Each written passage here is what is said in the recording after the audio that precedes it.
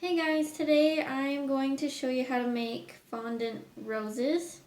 Some things that you will need is a little foam pad. You can go and pick this up at Walmart in the cake decorating section. You'll need a steel ball roller, a fondant rolling pin, or if you don't have one you can use a regular rolling pin, but these are easier usually. You'll need a biscuit cutter or a circle cookie cutter. I went on Amazon and I bought a set. There comes in about 5 or 6. It comes in different sizes and they stack like this. I use the smallest two, which is 4 centimeters and 5 centimeters to cut out the petals. Okay, so you can use whatever color you like. If I'm doing a realistic looking rose, I like doing just a really pale pink. If you do stark white, you can tell that it's not very realistic. Anyways, you can do whatever color you want, but that's one of my favorites is the pale pink. So you're gonna just flatten it out, use the roller, roll it back and forth, pick it up on occasion, otherwise it will stick to your surface really bad. So roll a couple times, pick it up, roll it. Doesn't have to be perfect, and it doesn't all have to be the exact same thickness, but you'll get a nice thin fondant.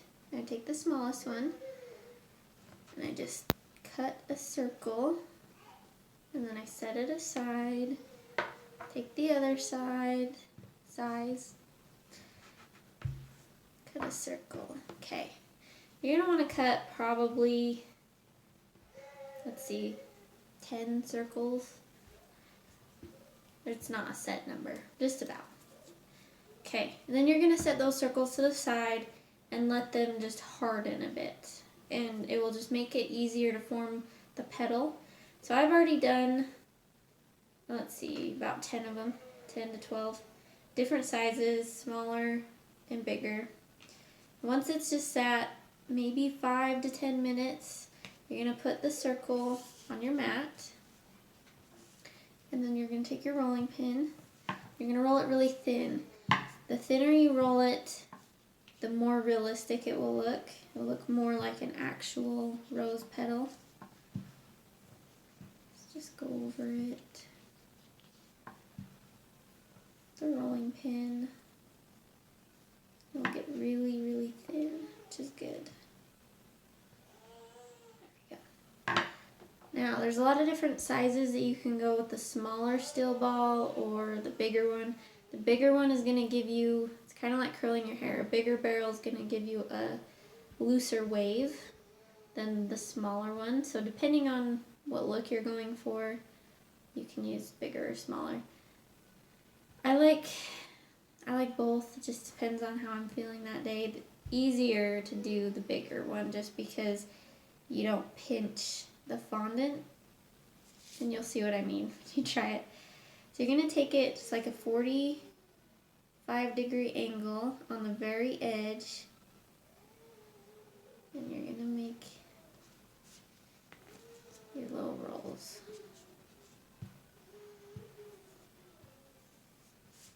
See that? It's still a little soft for that small ball. So I'm going to switch and do the bigger one. There you go. And you'll see it picking up from the foam pad. Okay.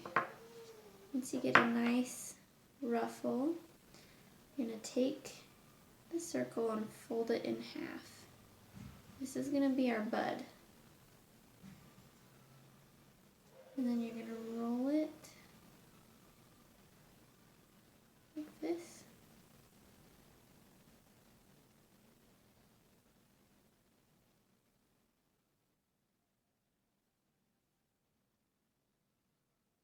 Yeah.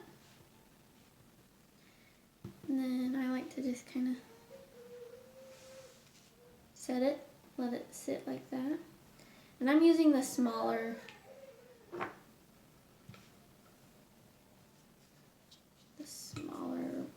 rounds. It doesn't really matter if you do big, small, then small, big. You just kind of eyeball it. Each flower is different, and so in real life, and so each flower should be different on your cake. Okay. Actually,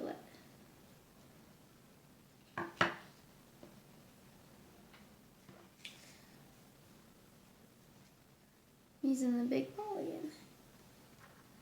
Give it nice, firm.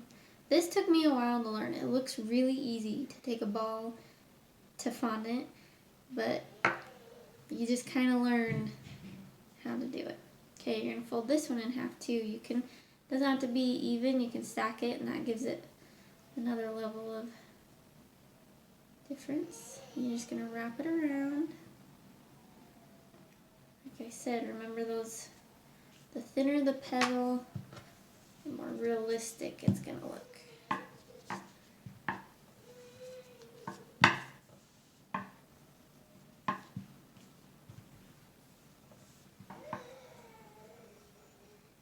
You can hear my toddler in the background. He's going down for his nap and he doesn't want to. So he's yelling at me. Okay. I think it's pretty thin.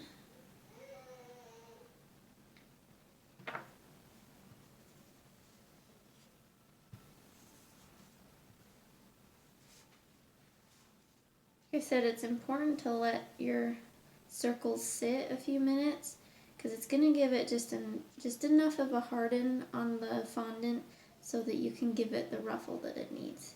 If you do it right after you cut them, it's gonna be a mess and not gonna work right. Okay, you're gonna keep just folding those circles in half like little tortillas and just wrap them around just however you kind of feel like at the moment. Take those, just kind of separate the layers, give them a little bit of a lift. Set back down. Let's do another small one. Out on the mat. You don't have to have all these tools. They do make it a lot easier though. When I very first started with fondant flowers, I didn't have a rolling pin or a foam pad or ball at all. So I got saran wrap and I put the fondant in between two layers of saran wrap and I smushed it with my fingers. I mean, it worked. I wouldn't recommend it, but if you have no other tools, it works. You're not going to get quite the ruffle, the delicate ruffle on it, but it will look like a flower, and that's all that matters, right? Okay. Go around. On one of these harder ones that have sat longer, I'll show you the small stick. Okay, fold it in half again. And I just cover, so see how that overlaps? That's where my last one went. I just put this over the top of that. And then just kind of give it a little separation from those layers. Okay, now we're going to want to kind of go to the bigger ones, just for those big open layers.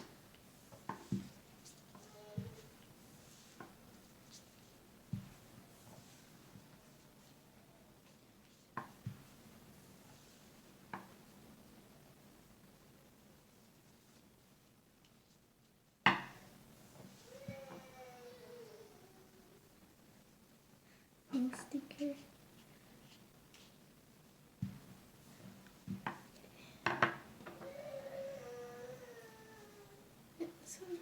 So I'm gonna, this one's really soft, so I'm gonna just kind of set it to the side, pick it up again in a minute. So it's hard.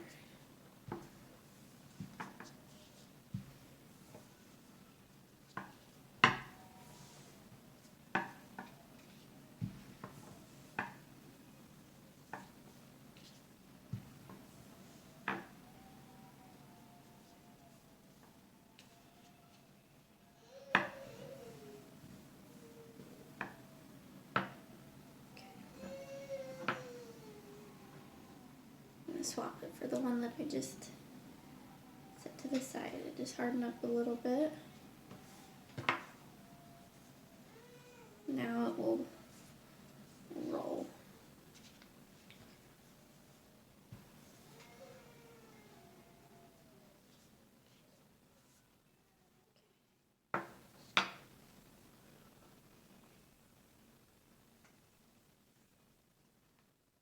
Just cover my last one. Starting to look like a rose.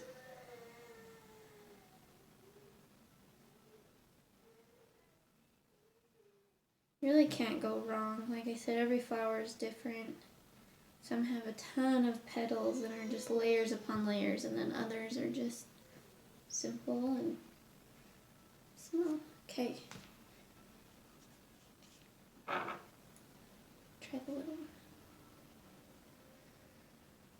You want the metal ball half on the mat and half on the fondant.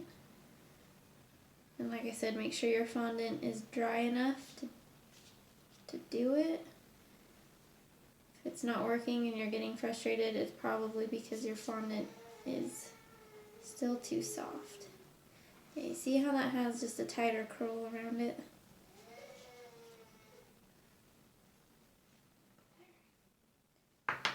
I like to do these, if you were going to do carnations, you would want that really tight curl on there. Okay. I'm going to do one more big one, and then we will have a rose.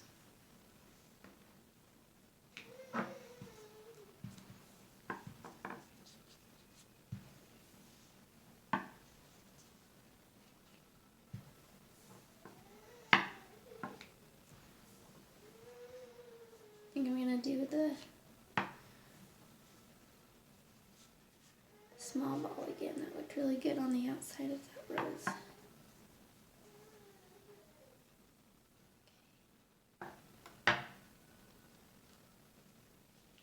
That's it for a minute. This is what the bottom looks like. It's just, I mean, I can set it, I can stand it on its own on top of a cake. Sometimes I put it on a skewer if it needs to be on the side, like a vertical on the cake.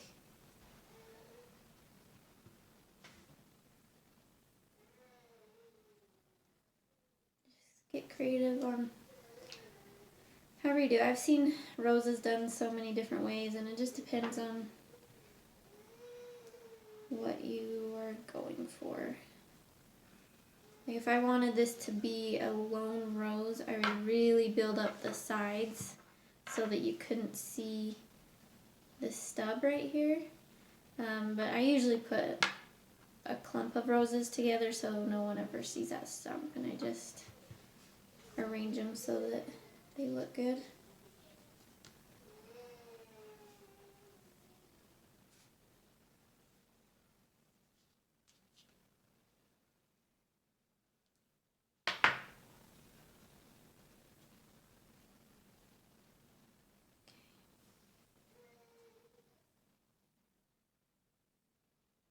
There you go. We have a rose. Thanks for watching, guys.